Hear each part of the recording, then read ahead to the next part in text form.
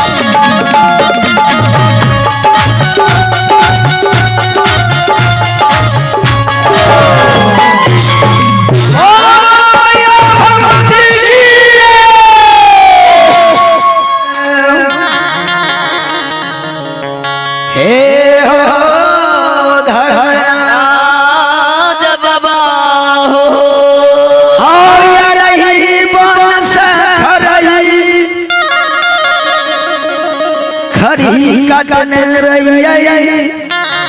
वृंदावन से बांसला मेरी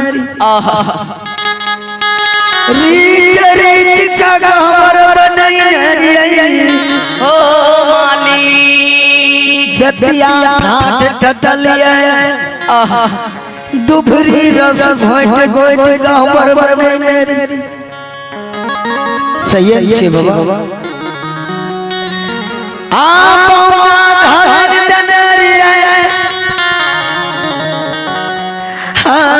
चंदन की चौकट के मानी लगे मुखा में बाबा साच के वाली खिख रही धर्मराज बाबा ये अलस चलस बैठे सब चेला चटिया मिलके बाबा तोर भक्ति हरि नाम करे इतने ने बाबा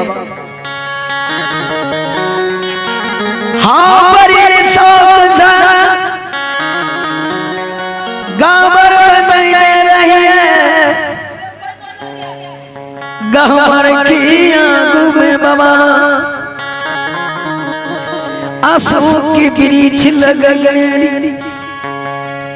सबटा पूर्ण का बाप ख्याल करे छे धर्मराज टोटल देवता बैठल छे कोई कुछ जवाब नहीं देते किया ते एकर अखनी मुंह में आगी न पानी दोनों छे केकरो कहीं शराब बदल के तो वही न समा महान भक्त ऐलिए पहने धर्मराज कह रहे देव मुनि कहे कोई नहीं बात एक हमरा सिवा एकरा से कोई नहीं बोली है धर्मराज अशोक वृक्ष लगे आयो बाबा गंगा जल ढार ढार सिर के खेर आहा बाबा मन में सोचने रिया कि जाऊं ठंडी मौसम आयो माली गहवर में बैठ के भक्ति करबो जाऊं रौदी के मौसम आता यशोदा की छांव तर बैठ के भक्ति करबो धर्मराज बाबा अच्छा इतने नहीं बाबा हाय राज बाबा गौना कराए कनन का